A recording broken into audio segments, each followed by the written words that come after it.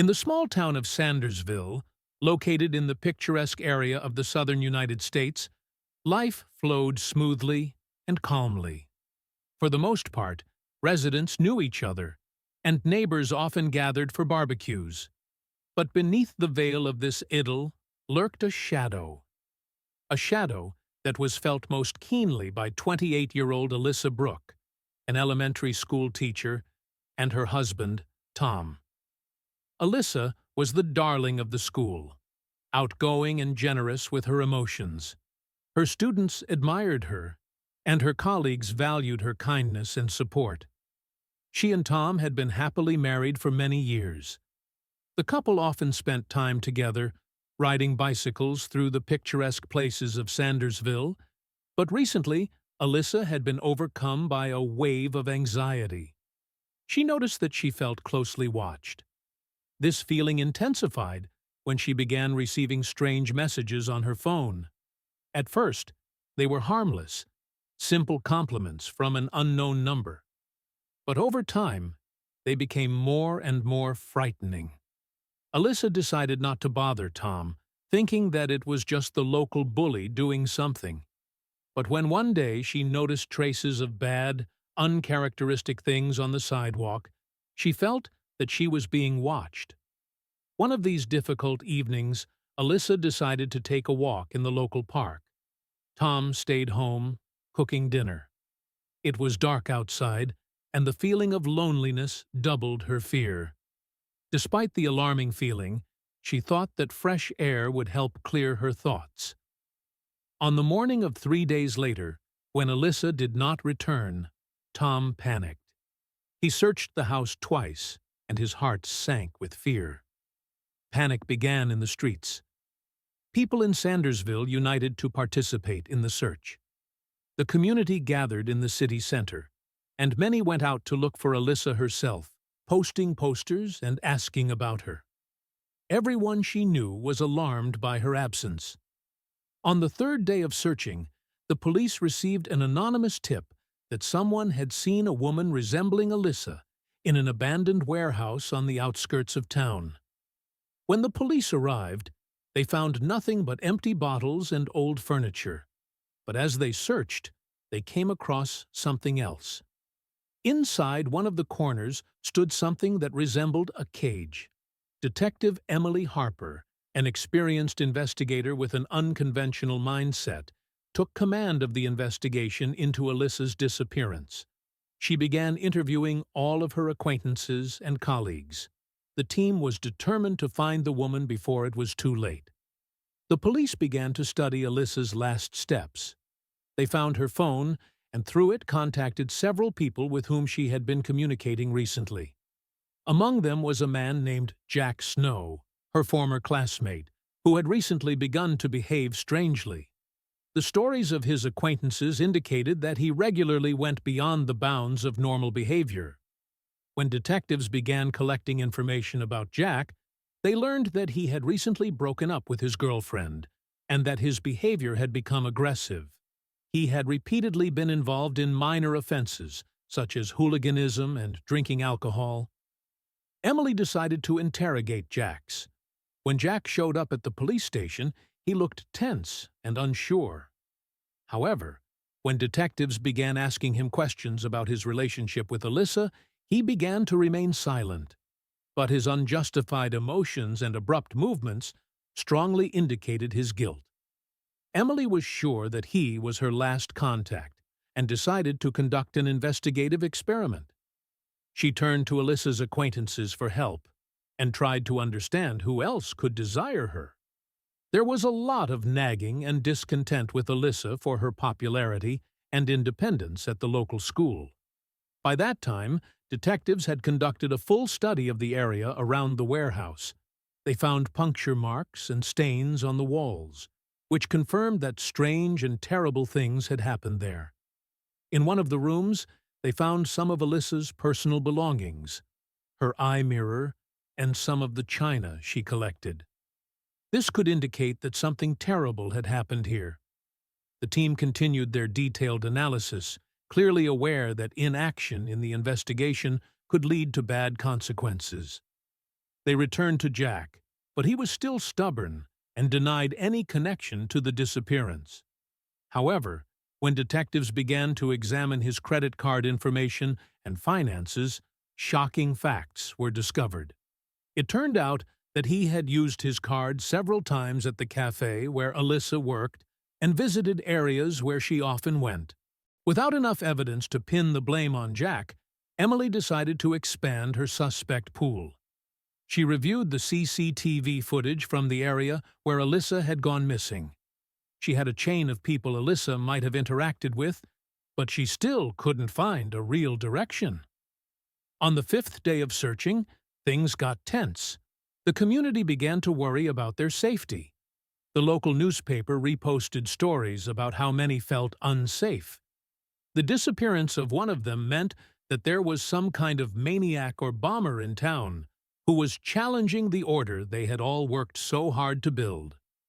Emily and her team received a tip from an anonymous source who reported that Alyssa had been seen in an old abandoned house outside of town. Remembering that there was a children's park nearby, the detectives decided to go there. Something about the message was alarming, but there was still hope. Upon arrival, the detectives searched the house, but unfortunately found nothing, only empty rooms and vibrations. However, when one of the detectives looked in the basement, he found traces of dirt and torn clothes. It was a shock. After collecting additional evidence at the scene, Emily returned to Jack and determined that he was in a situation where he could not escape charges. When her team returned to the department, they collected and compiled all the evidence. Jack still maintained his innocence and continued to press the detectives. However, at one of their meetings, while Emily was investigating the attendance logs, something new came up. Jack was not just following Alyssa, he also often crossed paths with other women in the area. Some of them said that he highly valued his opinion on how they should behave in class. The next day, the police decided to search Jack. While breaking into his home, they found illegal drugs and numerous weapons that could be used for violence. At that point, there was enough evidence to go to court. Under pressure from the new evidence, Jack fled. His involuntary absence pointed to a possible crime. Emily knew it was coming. She gathered a team and left notices around the area. But, unfortunately, the rest of the story was not so rosy. The detectives tracked Jack down for several days, and soon he was caught hiding in an abandoned building on the other side of town. When they began taking his statement, it turned out that he was hiding from the entire team. But there was no courage left when social pressure began to take its toll. He had to tell the truth. As his interrogation continued, Jack began to delve deeper into the dark corners of his mind. He admitted that he had been stalking Alyssa, but only because he envied her life and happiness. Emily was hooked by his story, and every word he said was laced with bitterness. But with her disappearance, all this turned out to be far from reality. He became a burden to demands, not realizing that his path would not coincide with her fate. And it was too late to realize it.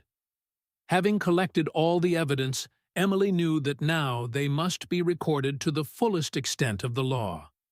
A heavy and gloomy atmosphere enveloped the case, because for every lie, Jack made his defense mechanisms during the program. Then it became obvious that the judge would want to open a case. A trial was scheduled. As the hearing progressed, loudly piercing words and Alyssa's oppression sounded among the many words. Every detective, judge, and prosecutor was present, with heightened readiness for data. Jack appeared before the court, masking his true feelings. His attitude was confused.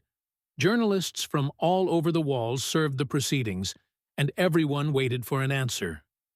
This event attracted everyone's attention, and Sandersville found itself in the center of the printed media.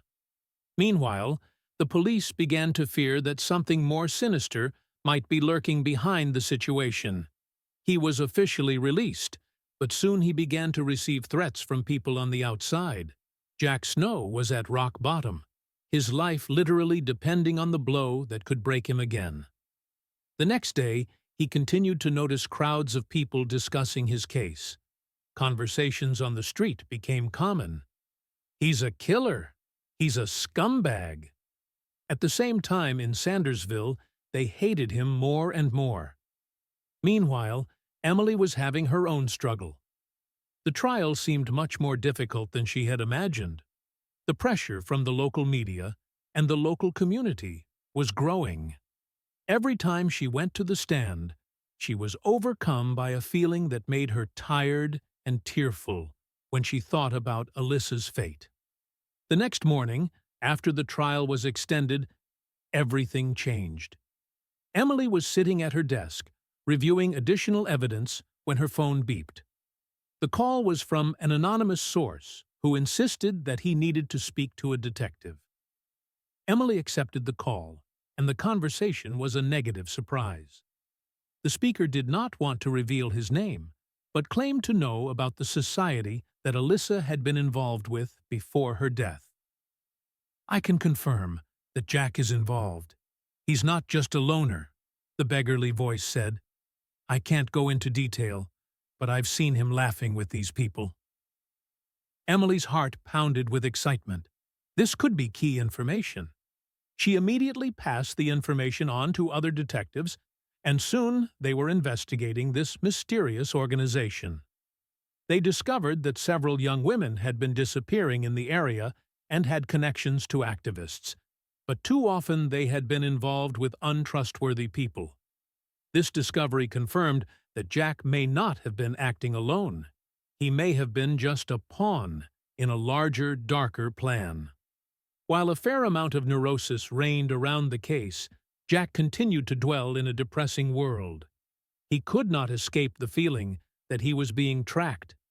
He felt the shadow of those who wished him harm growing on him. In the evening, he decided to go to a bar to unwind. Subconsciously, he knew that this was the last chance to escape from the evil machinations that were closing in on him. When Jack had no hope of finding peace, he met a group of men who offered him a drink. They looked friendly, but something in their behavior was alarming. The conversation about existing local rumors quickly turned to a discussion of women they had seen in recent months. With each word, the pink lines became more visible, and Jack felt himself being tormented. The next day, when he was called to court, he was depressed again. A tense atmosphere permeated the room, and all eyes turned to him. Assumptions about his guilt filled the room. The session began. The threat to his reputation exploded like a bomb. It was his last chance to save himself before his symptoms spread to the entire community. Emily, who had rushed to his statement, saw it as a desperate gesture. The situation in court was becoming increasingly tense. Investigators were heading into Jack's dark past, and at this time, the detectives' efforts were focused on identifying the dominant mechanisms behind the community. They began installing listening devices to find out who was really behind this network growing among them. After several days of surveillance and illegal searches, the detectives soon began to suspect that the network of hands that were counteracting was starting to develop absurdly. The attention on Jack Snow was growing, and soon he was being linked to all the clickbait. Tom, Alyssa's husband, continued to fight for justice. Of course, he did not know all the details, and his hope was becoming more and more exhausted over time, but his desire for the truth did not fade. One weekend, while he was walking in a local park, he came across a mysterious group of people who looked suspicious and were talking on a street corner. They were discussing something, and he felt like some of them knew him. He stood to the side and listened. Soon, the shadows fell from him as he heard Alyssa's name. That meant they were discussing her disappearance. Listening to the conversation, he realized that this was the same year-round circle that had once studied on the site, discussing how to control and use women for their own gain. As Emily and her team studied the case, they began to focus on patterns. All the streets in these crime areas ended in one triangle, the basement of a local church, where some of them connected with territories and trades. They became a target location, where women of the underground community were distributed, keeping an eye on each other. The day the detectives began their operation, they came across an information flow of new victims. The men Tom had spotted were connected to one of these international networks. Alyssa's friends still had unanswered questions. When they made their first raid there, the police unexpectedly came across doors that hid the true horrors within. But Jack was no longer there. Sharpening her aggression and suppressing the burning calls, Emily spread the audacity to do everything possible. She prepared for the final battle, but the shadows of past misunderstandings still stopped before her. Pursuing Jack and the others involved, Emily abandoned all her preparations. To her surprise, they still did not have enough information to tie them to the court proceedings. The next day, they began surveillance and struck, but Jack had disappeared, and by this time had become only part of dark rumors. While the Idol Society was tormented, at this time it was necessary to begin here and now. Alyssa's friends and colleagues began to think that everything was passing too slowly. Tom again visited the yard where he left traces.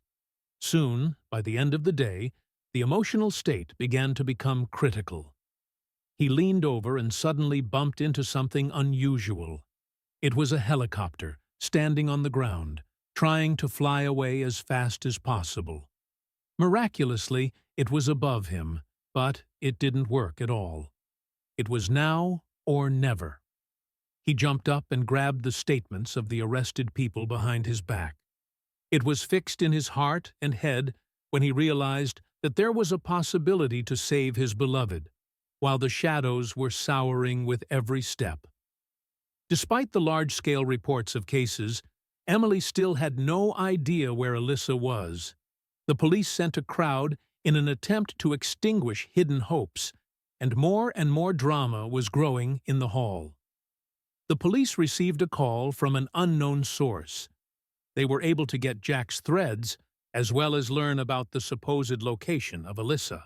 While the police were taking action, Emily and the others spotted Jack and his group.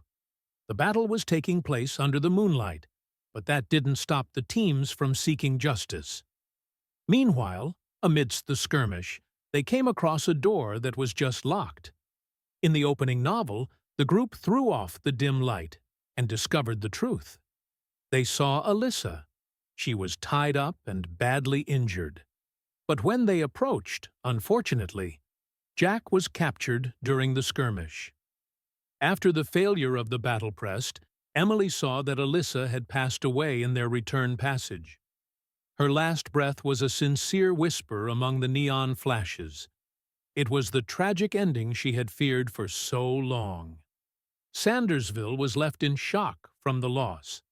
The community united, and meetings were organized in memory of Alyssa, as well as in support of her family. Every evening, empty candles were found along many streets, and tears began to burn the eyes of the entire neighborhood. Emily, taking the suffering with her, tried to start doing something good after this terrible loss. She organized thematic groups that distributed free safety information to help prevent similar tragedies that were then unforgivable.